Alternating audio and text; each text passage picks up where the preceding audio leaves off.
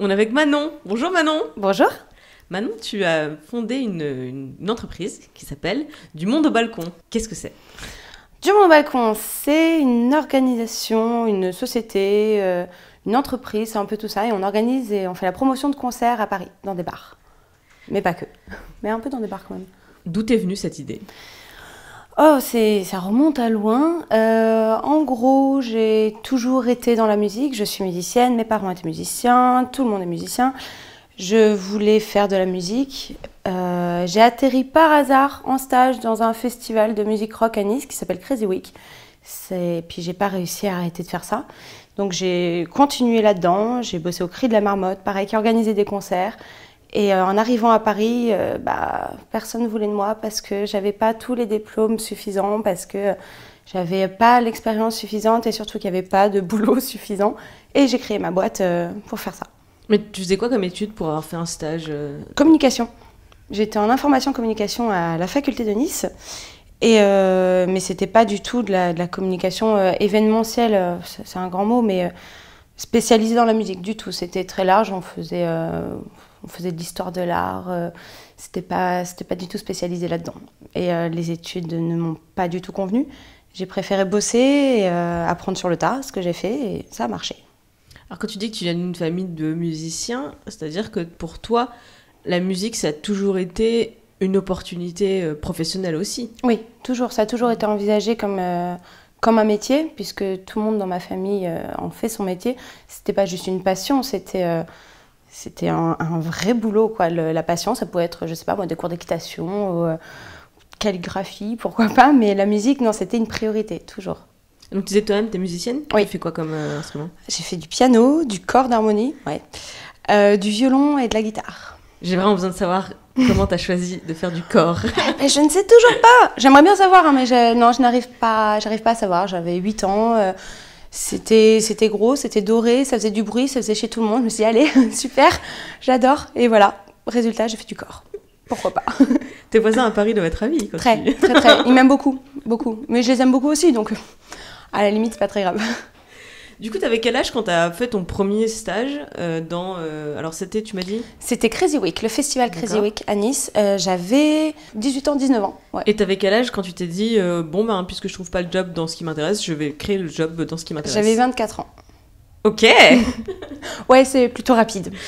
Plutôt rapide. Mais alors c'est quoi, moi j'aimerais comprendre en fait, c'est quoi les éléments décisifs qui t'ont poussé à faire ça? Parce que ouais, tu me dis créer une société, je vois plein de risques, plein d'obstacles, plein de raisons de me planter et une seule raison de le faire qui est j'ai envie de le faire. C'est ça, c'est exactement ça, je l'ai fait parce que c'est plein de risques, plein de raisons de se planter et allons-y quoi, tant qu'à faire, plantons-nous.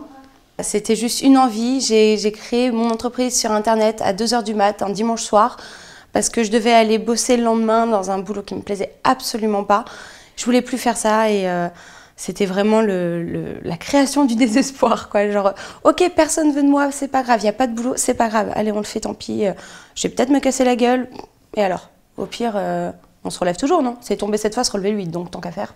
Alors du coup, au quotidien, donc, tu organises des concerts, c'est oui. Ça dans des salles à Paris? Notamment au Bootleg, surtout. Donc j'ai réussi à avoir l'exclusivité de la programmation dans cette salle, ce qui est assez énorme. Donc on organise le jeudi et le vendredi là-bas chaque semaine. On trouve des groupes, on les cherche sur Internet, ils nous trouvent aussi, on va en écouter et on les book en fait. Voilà. Donc on a pu te suivre jeudi 12 février, on est venu avec toi au Bootleg. Donc tu peux nous parler vite fait des groupes qu'on a pu voir ce soir-là? Alors ce soir-là c'était Seekers Keepers, un groupe de pop électro absolument génial. La chanteuse Sonia a une voix fabuleuse, on dirait du miel quand elle chante.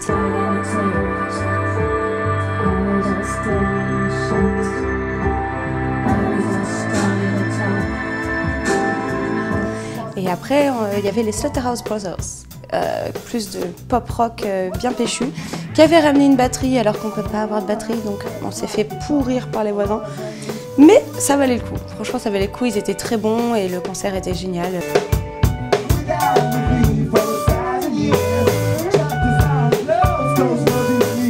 On n'a pas vraiment de style de prédilection, même si on reste quand même plus pop rock, c'est quand même la base, mais c'est vrai qu'on fait aussi jouer des groupes d'électro-pop comme Seekers Keepers. On fait aussi du blues avec Thomas Kahn, qui est un de nos artistes fétiches, qu'on a envoyé à The Voice quand même. Et lui, c'était le blues soul. Mais c'est vrai que c'est plus rock. Ah oui, et en mars, on a aussi un groupe de rap français. Truc qu'on n'a jamais fait. Donc voilà. Pour revenir un peu sur les obstacles à la création d'entreprise, au fait d'être chef d'entreprise, quand on est une femme jeune en France, je me dis que ça ne doit pas être facile tous les jours. Et je me demande un peu comment tu le vis au quotidien, comment tu le gères. Est-ce que parfois tu te poses aussi la question de ta légitimité, de ta crédibilité, et est-ce que tu as des anecdotes par rapport à ça? Oui. Ouais, laisse-moi te raconter tout ça. Oui, donc être une femme qui organise des concerts de rock, donc déjà être une femme dans le milieu de la musique, c'est particulièrement compliqué parce que la crédibilité est toujours remise en question. Est-ce qu'on est capable de faire ça? Est-ce que c'est juste pour rigoler? Ah, c'est sapin du monde au balcon? C'est ah ouais, c'est parce que t'as des gros seins? Ouais, ok. Donc forcément, on se reçoit pas mal de réflexions par rapport à ça. Et on devient plus des filles rigolotes qui organisent des concerts. C'est sympa, c'est mignon, mais on ne prend pas réellement au sérieux. Et c'est problématique parce qu'on fait aussi bien que les autres, voire mieux. Mais il y a toujours cette espèce de petite barrière de ouais, mais c'est des gonzesses, quoi. C'est des gonzesses en plus, moins de 30 ans, avoir sa boîte, sérieux? C'est tout de suite une espèce de jugement qui remet en question tout ce qu'on peut faire, tout le boulot qu'on fait. Et on bosse comme des tarés tous les jours. Mais ça, ouais, on a une paire de seins, donc tout de suite, c'est mignon, quoi. Oui, tu te dis que tu es passé de musique et que tu veux faire ce que tu aimes, alors qu'en fait, tu cherches juste à pouvoir épouser un chanteur de rock. Exactement, je suis avant tout une groupie. Exactement. Clairement, je fais ça juste pour pouvoir rencontrer des stars et ça va être trop bien, quoi. Non. Mais du coup, parce que j'imagine qu'en plus, le nom de ta société attire les commentaires. C'est le but. Justement, puisque c'est tout ce qu'ils voient, autant les provoquer et aller jusqu'au bout. Donc oui, du monde au balcon, c'est une référence à poitrine, évidemment, mais c'est aussi une référence, le balcon, la musique, l'opéra, tout ça. C'est plus raffiné, mais j'aime bien les tourner en dérision en leur montrant que tout ce qu'ils voient en premier, c'est juste le fait qu'on soit des filles à gros seins. Tant mieux. C'est une belle alliance de la féminité et du monde du spectacle. C'est ça, exactement. Du monde au balcon.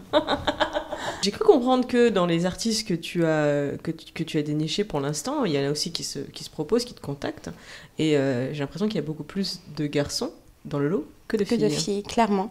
Et c'est dommage.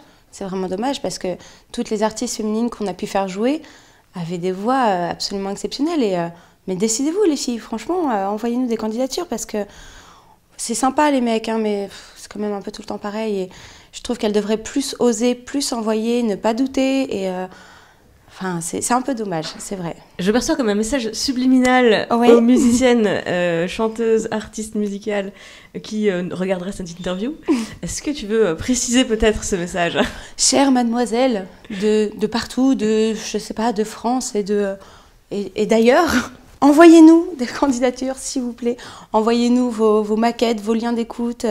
On écoute tout, de toute façon, dans tous les cas, que ce soit bon, que ce soit mauvais, on répond à tout le monde. Si ça correspond pas, mais envoyez-nous vos candidatures, s'il vous plaît. Où est-ce qu'on peut t'écrire? Alors, boîte mail, contact@dumondeaubalcon.fr. Et du coup, si on cherche une petite soirée sympa sur Paris, le jeudi ou le vendredi soir... Mais venez au Bootleg. Quelle question? 55 rue de la Roquette, dans le 11e. Parfait emplacement. On peut pas trouver mieux. Et donc, par exemple, tu connais la programmation du 26 février? Oui. Alors, nous avons Sequana, que nous faisons jouer pour la 5e fois, je crois. Donc, encore une fois, que des mecs, mais des mecs tellement sympas. Faut venir les voir, ils sont absolument exceptionnels. Et nous avons aussi Side Cult, qui sera en première partie. Pareil, pop-rock très déjanté, des voix de malades. Un très très bon concert à voir. Merci beaucoup Manon. Merci. À bientôt. À bientôt.